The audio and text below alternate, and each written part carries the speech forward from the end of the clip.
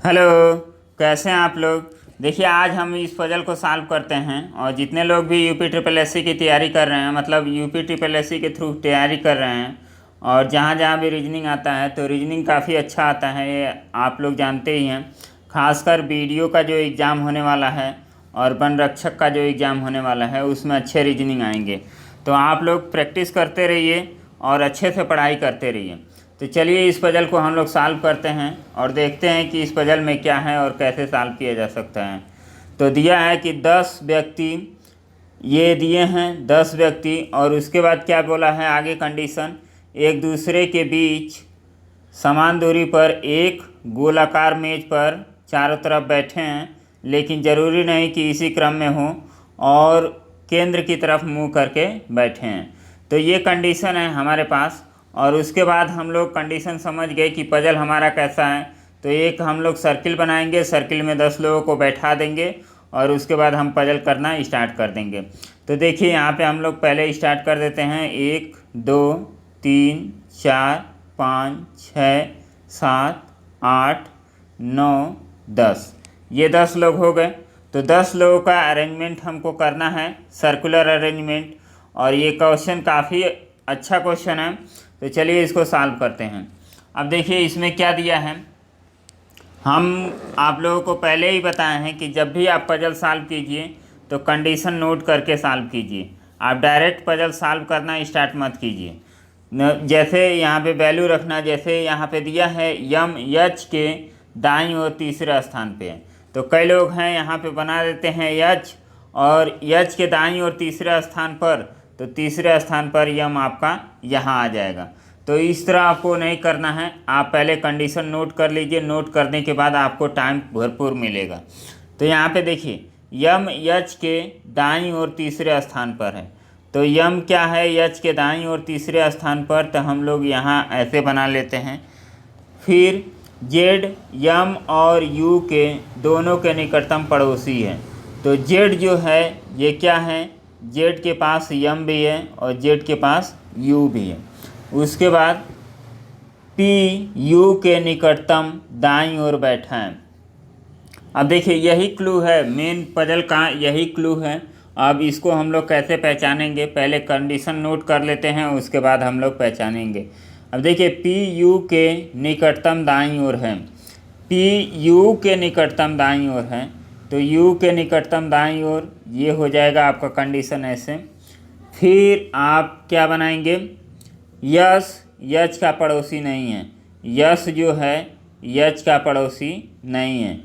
फिर और डब्ल्यू के दाएं तीसरे स्थान पर बैठता है। अब देखिए और जो आता है, और किसके लिए आता है, पहले के लिए आया है। जब यहाँ पे जो दिया होता तो जो किसके लिए आता है, यच के लिए आता। तो ये काफ़ी अच्छा कॉन्सेप्ट है, इसको आप लोग समझिएगा। यच यस यच का पड़ोसी नहीं है और डब्ल्यू के दाईं ओर तीसरे स्थान पर बैठा है।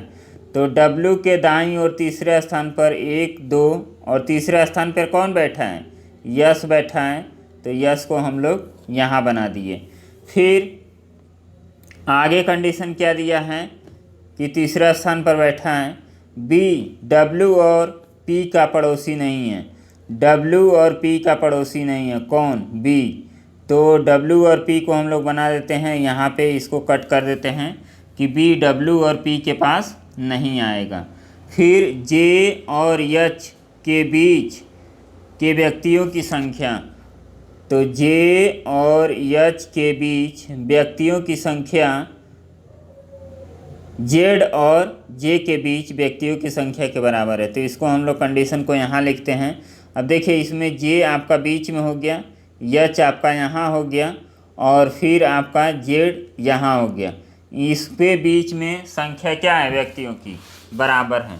तो चलिए हम लोग स्टार्ट करते हैं पजल को और सॉल्व करना स्टार्ट करते हैं। देखिए जो हम लोगों का सलूशन होगा, सलूशन यहीं से स्टार्ट होगा। तो यहीं से हम लोग स्टार्ट कर देते हैं। उसके बाद देखते हैं कि यच के तीसरे स्थान पर दाईं ओर कौन है, यम है। तो यच को हम लोग यहाँ लिखते हैं, यच को लिखने के बाद यम को हम लोग यहाँ लिखते हैं। फिर ये कंडीशन हो गया। फिर उसके बाद बोला है कि इसको हम लोग मर्ज करते हैं। अब देखिए यम जेड यू एक साथ आएंगे तो आपका जेड और यू इधर भी आ सकता है और जेड और यू इधर भी आ सकता है। तो लेकिन देखिए यू के दाईं ओर पी भी है, मतलब यू और पी एक पास बैठे हैं। यदि जेड और यू को इधर हम लोग रख देंगे तो पी को रखने का कोई चांस नहीं बनेगा, तो इसलिए इधर नहीं होगा। किधर होगा? आपका जेड इधर होगा, फिर यू इधर होगा और यू के राइट में पी है तो पी को हम लोग यहाँ पे रखेंगे। तो ये तीनों कंडीशन हम लोग का हो गया। अब उसके बाद हम लोग क्या रख सकते हैं? अब उसके बाद यस यच और यच के पास नहीं है, यस जो है यच के पास नहीं है, तो यस आपका यहाँ पे नहीं होगा, यहाँ पे नहीं होगा, तो इन दोनों स्थान पे यस नहीं होगा। और यस के बारे में एक और कंडीशन दिया है कि डब्लू के तीसरे स्थान दाईं पे क्या बैठा है? यस बैठा है। तो हम लोग देखिए डब्लू को यदि इधर बैठाते हैं तो तीसरे स्थान पे जगह खाली नहीं है, तो डब्लू को यहाँ नहीं बैठा सकते हैं, यहाँ नहीं बैठा सकते हैं, यहाँ बैठा सकते हैं। यहाँ बैठाएंगे डब्लू को तो यस ये आपका यहाँ आ जाएगा, डब्लू यहाँ आ जाएगा।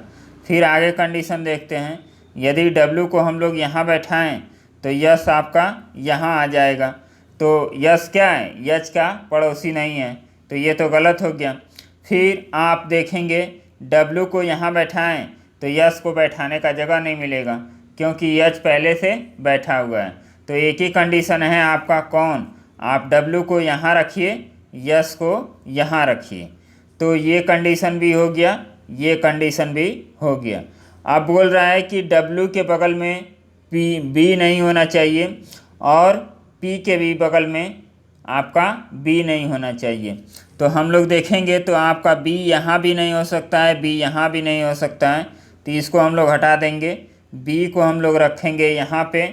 और लास्ट वाला कंडीशन हम लोग फुलफ़िल कर लेते हैं। अब देखिए जे रखा है बीच में, जे और एच के बीच में जितने लोग हैं, एच जेड और जे के बीच में उतने लोग हैं। तो आपका एच यहाँ है, जेड यहाँ है, तो हम लोग जे को कहाँ रख सकते हैं? अब एक तो तरीका है कि जे एच और जेड के बीच में जे को हम लोग यहाँ रखते हैं, लेकिन यहाँ पे पहले से ही बैठा हुआ है तो यही दो प्लेस खाली है, यहाँ पे हम लोग जे को सेट करना पड़ेगा। तो यहाँ से देखिए यदि हम जे को यहाँ रखते हैं तो इधर एक लोग हैं और इधर ज़्यादा लोग हैं, जबकि बराबर होना चाहिए। तो जे का प्लेस यहाँ से हटा के हम लोग जे का प्लेस यहाँ कर देते हैं। इधर देखिए जे और एच में दो लोग हैं तो इधर भी दो लोग आपको मिलेंगे, तो ये एकदम राइट है। अब उसके बाद जो बच गया, अब देखिए ये सब ख़त्म हो गए और बच क्या गया है? बी एफ, एफ को हम लोग यहाँ पे रख देंगे। ये हमारा पजल सॉल्व हो गया। ये काफ़ी बेहतरीन पजल था, तो इसको हम लोग सॉल्व कर दिए और आप भी इसको ट्राई कीजिएगा। इसका पीडीएफ हम टेलीग्राम चैनल पे भेज दिया करेंगे, आप लोग वीडियो देखिए या पीडीएफ को सॉल्व कीजिए। पीडीएफ से कोई भी दिक्कत होता है तो आप लोग वीडियो देख लिया कीजिए। और अब से आप लोगों को रेगुलर क्लास मिलेगी, एक भी दिन गैप नहीं होगा, चाहे कुछ भी हो जाए। एनटीपीसी का एग्ज़ाम था, इस वजह से हम वीडियो नहीं डाल रहे थे और बीच में कुछ एग्ज़ाम टल गया था। एग्ज़ाम टल गया, क्या गया था, मई जून में होने वाला था एग्ज़ाम, तो सुप्रीम कोर्ट में चला गया है अभी वीडियो का एग्ज़ाम। तो हम लोग अपनी तैयारी कंटिन्यू रखेंगे। अब से जब भी एग्ज़ाम हो हम लोग रीजनिंग अच्छा करेंगे। एनटीपीसी का एग्ज़ाम हुआ है, रीजनिंग हमारा काफ़ी अच्छा गया है। 35 क्वेश्चन रीजनिंग का आया था, उसमें एक क्वेश्चन हमने छोड़ा है। तीन एग्ज़ाम दिए थे, लेवल 1, लेवल 2, लेवल 3 का, तो तीनों एग्ज़ाम अच्छा गया है और आंसर की भी आ गया है। और रिज़ल्ट आएगा तब हम आप लोगों को बताएंगे कि क्या हुआ क्या नहीं हुआ। तो चलिए आगे हम बढ़ते हैं, आगे क्या है आगे देखते हैं। अब यहाँ पे इस क्वेश्चन को हम लोग सॉल्व करते हैं। ये है ब्लड रिलेशन का क्वेश्चन, काफ़ी शानदार क्वेश्चन है। इसको आप लोग खुद ट्राई कीजिएगा, सॉल्व करने की कोशिश कीजिएगा, देखिएगा कैसे सॉल्व होता है। अब देखिए ब्लड रिलेशन जब लंबा होता है तो ब्लड रिलेशन में भी हम लोगों को नोट कर लेना होता है, जब कंडीशन हम लोगों को डायरेक्ट नहीं मिलता है। यहाँ पे क्या है, ए से लेके जेड तक, जेड नहीं आई तक हैं अल्फ़ाबेट में और परिवार में 9 सदस्य हैं, ये आपको कन्फर्म हो गया। आई ई की क्या है, बहू है, आई जो है ई की बहू है। तो आई क्या है, ये लड़की होगी, और ये किसकी बहू है, ई की। तो ई की मतलब इसका शादी ई के लड़के से हुआ होगा, तो ई को हम लोग यहाँ बनाएंगे और ई का लड़का यहाँ बना देंगे। तो ये कंडीशन हमारा हो गया। जो यच की पुत्री है, अब देखिए जो यच की पुत्री है, तो इस कंडीशन को हम लोग और ऐसे अच्छे से लिखें। तो यहाँ पे देखिए इसको लिखने का एक और तरीका आप लोगों को मिल जाएगा। यहाँ पे हो गया ई, और ई किया कौन है, ई का कोई लड़का होगा, लड़के की पत्नी कौन है, आई। तो आई को हम लोग यहाँ रखते हैं। तो ई की क्या हो गई, बहू हो गई। और जो यच की पुत्री है, तो ये किसकी पुत्री है, यच की पुत्री है, तो यच को हम लोग यहाँ रखते हैं। फिर यच डी की एकमात्र बहन है, यच जो है डी की एकमात्र बहन है। तो हम लोग करते हैं क्या है, ये डी क्या है, सिस्टर हो गई किसकी, यच सिस्टर हो गई डी की। तो यहाँ पे हम लोग लिख देते हैं डी। अब उसके बाद आगे क्या बोला है, जो सी का एकमात्र मामा है, जो, अब इसको सही से लिखते हैं ताकि दिखाई दें। अब यच को हम लोग यहाँ बना लेते हैं, ये किसकी सिस्टर है, डी की। अब यहाँ पे दिया है आगे, यच डी की एकमात्र बहन है, जो सी का एकमात्र मामा है। जो सी का मामा है, तो सी का मामा का मतलब क्या, ये जो महिला हैं इनका कोई लड़का लड़की होगी तभी तो ये मामा बनेंगे। तो सी क्या हो जाएगा, ई का आपका भाई या बहन होगा, और ये क्या हो जाएंगे, आपके मामा हो जाएंगे। उसके बाद आगे हम लोग सॉल्व करते हैं।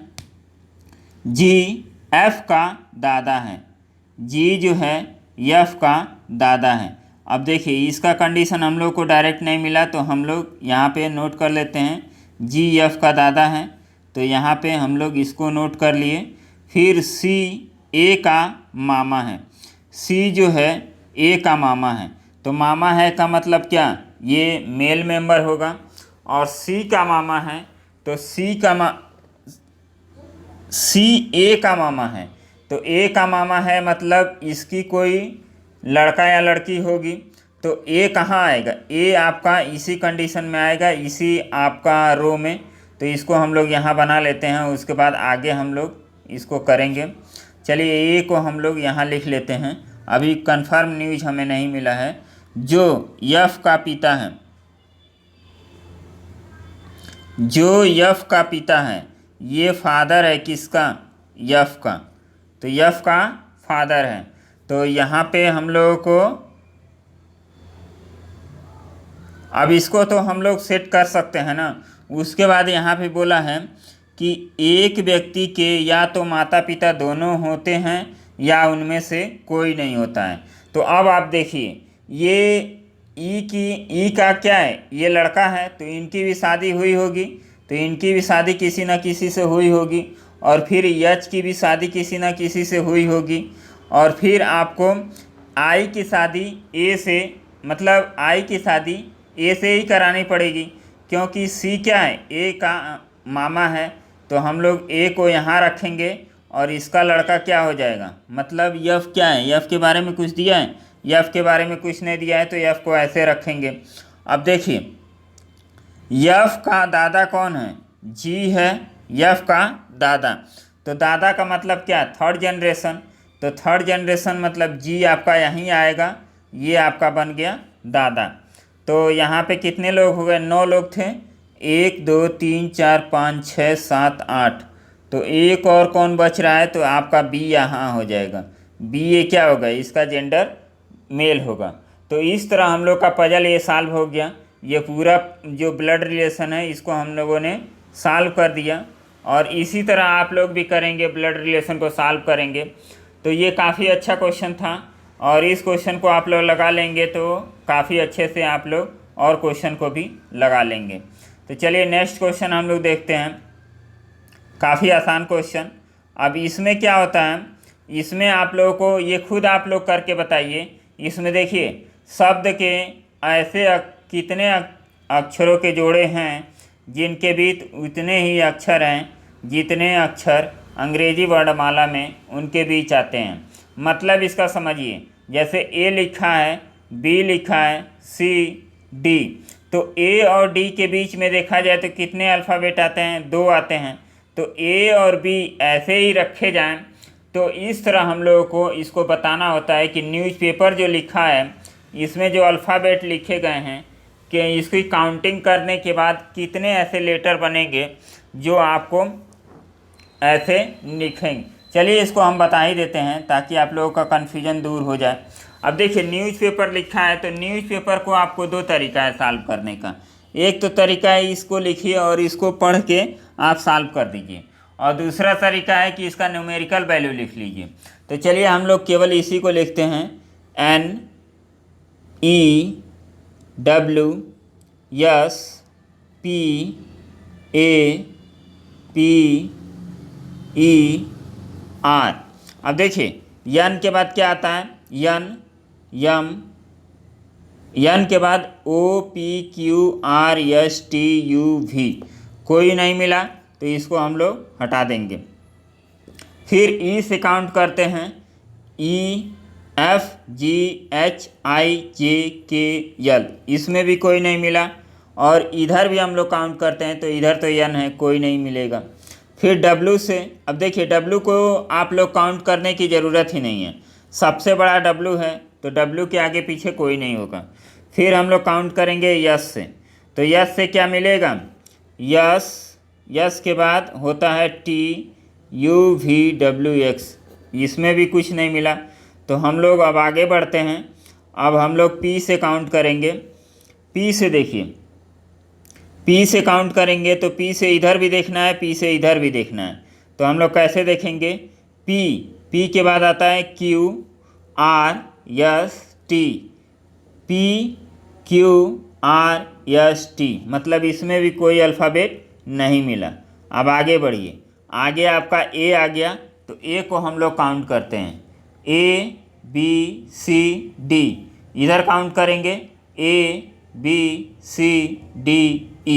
मतलब एक अल्फ़ाबेट आपको मिल गया कि ए और ई के बीच में जितने अल्फ़ाबेट होते हैं तो 3 अल्फ़ाबेट होते हैं और 3 ही अल्फ़ाबेट यहाँ दिए गए हैं, तो एक पेयर आपको मिल गया।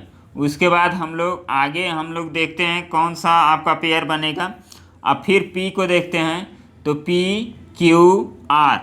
PQR एक आपका जोड़ा यहाँ मिल गया। अब इधर हम लोग चेक कर लेंगे तो एक ही अल्फ़ाबेट के दोनों साइड हम लोग चेक करते हैं, तो PQRS आपका यहाँ भी एक जोड़ा मिल गया। अब उसके बाद आपको कोई नहीं मिलेगा। ई को भी देख लीजिए, EFGHIJKL, यहाँ भी नहीं मिला। RSTUVW, तो इसमें भी नहीं मिला। तो इसका आंसर कितना आ जाएगा? 3 आपका आंसर आ गया। नेक्स्ट क्वेश्चन हम लोग करते हैं। नेक्स्ट क्वेश्चन भी क्या है? ये भी है आपका पजल का क्वेश्चन, और इसको हम लोग सॉल्व करेंगे और उसके बाद देखेंगे कि इसमें क्या है। अब चलिए, 4 मित्र हैं ABCD, पीला, नारंगी, काला और नीला रंग पसंद करते हैं, जरूरी नहीं इसी क्रम में। सभी मित्रों के भिन्न विषय हैं, इतिहास है, गणित, अंग्रेजी, विज्ञान, परीक्षाएं हैं सोमवार, मंगलवार, बुधवार और गुरुवार को। तो इसी क्रम में ये दिया गया है। अब देखिए हम लोगों को सजाना किसको है, इसको देखना बहुत ज़रूरी है और इसको समझना बहुत ज़रूरी है। तो हम लोग दिन का देखिए, दिन कभी नहीं बदलता है, तो दिन को आप पहले रख दीजिए। आप यहाँ रखिए मंडे, मंडे के बाद ट्यूसडे, वेडनेसडे, वेडनेसडे के बाद थर्सडे।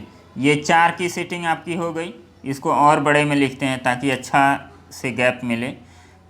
ट्यूसडे, वेडनेसडे और यहाँ पे हो गया थर्सडे। तो हम लोग यहाँ पे बना लिए और इसके बाद हम लोगों को क्या करना है, इसको सजाना है। तो अब देखिए इसको हम लोग कैसे कर सकते हैं।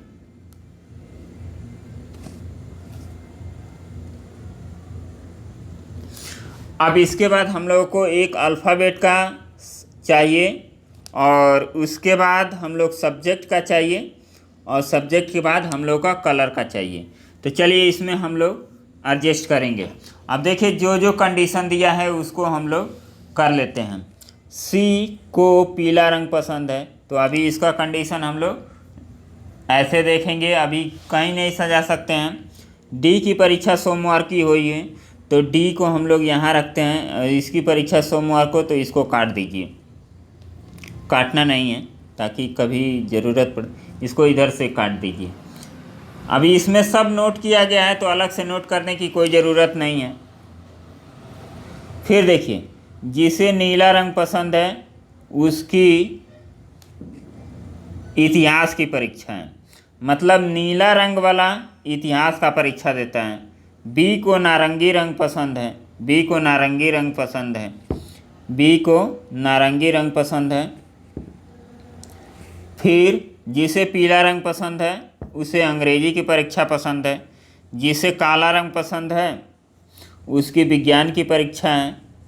फिर ए की परीक्षा बुधवार को है, तो बुधवार का मतलब क्या, सोमवार मंगलवार बुधवार, तो ए की परीक्षा आपकी यहाँ हो जाएगी। ए की परीक्षा बुधवार को है और बी की परीक्षा मंगलवार को, तो बी की परीक्षा यहाँ हो जाएगी और सी की फिर परीक्षा यहाँ हो जाएगी। डी को काला रंग पसंद है, तो डी को काला रंग पसंद है, तो काला रंग हम लोग यहाँ रखते हैं। आप यहाँ पे ब्लैक बना दीजिए, ब्लैक। अब उसके बाद फिर से हम लोग कंडीशन पढ़ते हैं। अब देखिए ये आपका हो गया, फिर ये हो गया। अब काला रंग जिसे पसंद है उसका क्या है, आपका साइंस का पेपर है, विज्ञान का पेपर है, तो यहाँ पे हम लोग विज्ञान लिखेंगे। उसके बाद जिसे पीला रंग पसंद है अंग्रेजी, इसको नहीं सेट कर सकते हैं। बी को नारंगी रंग पसंद है, तो बी को नारंगी रंग पसंद है, तो यहाँ पे हम लोग लिख देते हैं नारंगी रंग। और जिसे नीला रंग पसंद है उसका पेपर क्या है, इतिहास का है। तो अब हम लोग कहाँ सेट कर सकते हैं, इसको देखना है। पीला रंग वाला बी को नारंगी पसंद है, तो ये भी हो गया है। नीला रंग को क्या पसंद है, आपका सी को पीला रंग पसंद है, ये जो पहला है ये यहाँ पे दिया है, तो सी को पीला रंग पसंद है, तो यहाँ पे रख दीजिए पीला रंग पसंद है। और उसके बाद जिसे नीला पसंद है उसको क्या है, इतिहास का पेपर है, तो यहाँ पे हम लोग लिखेंगे नीला और ये हो जाएगा इतिहास का पेपर। और उसके बाद जिसे पीला रंग पसंद है उसका अंग्रेजी है, तो यहाँ पे हो जाएगा अंग्रेजी। और एक सब्जेक्ट आपका और बच गया है, तो वो क्या है, गणित, तो गणित को हम लोग यहाँ रखते हैं। तो हम लोग का पजल सॉल्व हो गया। काफ़ी आसान पजल था, तो इसको कॉम्प्लिकेटेड नहीं बनाना है, एक ही पॉसिबिलिटी में सारा पजल आपको समाप्त करना है। ऐसे ही एनटीपीसी का जो एग्ज़ाम था उसमें 7 से 8 पजल आए थे, और 7 से 8 पजल सब एक एक मिनट में सॉल्व हो जा रहे थे। तो काफ़ी आसान है पजल सॉल्व करना, बस आपको मेथड पता होना चाहिए कि कैसे हम लोग सॉल्व कर सकते हैं। चलिए नेक्स्ट क्वेश्चन हम लोग देखते हैं। नेक्स्ट क्वेश्चन क्या है, डायरेक्शन का क्वेश्चन है, इसको हम लोग सॉल्व करेंगे।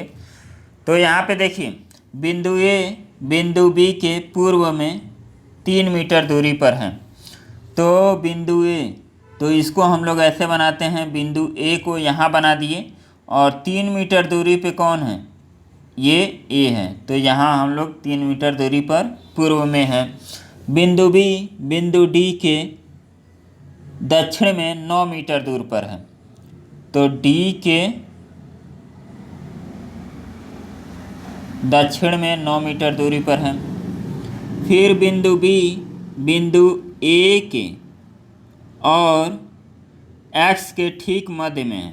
ये वाला लाइन हम लोग पढ़ेंगे, बिंदु बी जो है ए और एक्स के ठीक मध्य में है, तो इसको हम लोग कैसे कर सकते हैं। आप देखिए ए यहाँ है, तो एक्स भी आपका इधर होना चाहिए, तो 3 मीटर पे आपका एक्स भी इधर बन जाएगा। फिर बिंदु ई बिंदु बी के दक्षिण में 8 मीटर दूरी पर है, तो बिंदु ई यहाँ पे हम लोग बनाएंगे ई, हो गया 8 मीटर दूरी पर। फिर यहाँ पे दिया है कि बिंदु यक्स के दक्षिण में 6 मीटर दूरी पर है। तो बिंदु यन को हम लोग बनाएंगे दक्षिण के, यहाँ पे ये 6 मीटर की दूरी पर होगा। और फिर दिया है,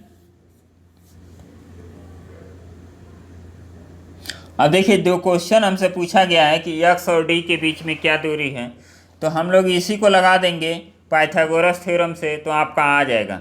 लेकिन इसका पूरा हम लोग पजल सॉल्व करते हैं, मतलब एक तरह से पजल, ये डायरेक्शन पजल। तो ये हो गया 6 मीटर दूरी, बिंदु एक्स और यन के ठीक मध्य में।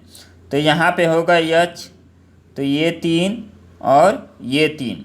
तो हमसे जो दूरी पूछा है डी और यक्स के बीच में पूछा है, तो पाइथागोरस थ्योरम लगाएंगे। तो 9 का स्क्वायर कितना हो गया 81, और 3 का स्क्वायर हो गया 9, तो ये टोटल हो गया 90। और 90 को अंडर रूट में रखेंगे तो क्या आएगा, ये 9 बाहर आ जाएगा, तो 3 बाहर आ गया और अंदर आ गया 10। तो ये आपका आंसर आ जाएगा 3√10 आपका आंसर आ जाएगा। नेक्स्ट क्वेश्चन हम लोग सॉल्व करते हैं चाइनीज कोडिंग। और चाइनीज कोडिंग को सॉल्व करना काफ़ी आसान है। अब देखिए इसमें हैबिट का कोड आपको पूछा है, तो सबसे पहले तो ये देखिए हैबिट है कहाँ, हैबिट आपका यहाँ है, और उसके बाद इसमें पहले वाले में नहीं है, फिर यहाँ नहीं है, फिर यहाँ, हाँ यहाँ भी है।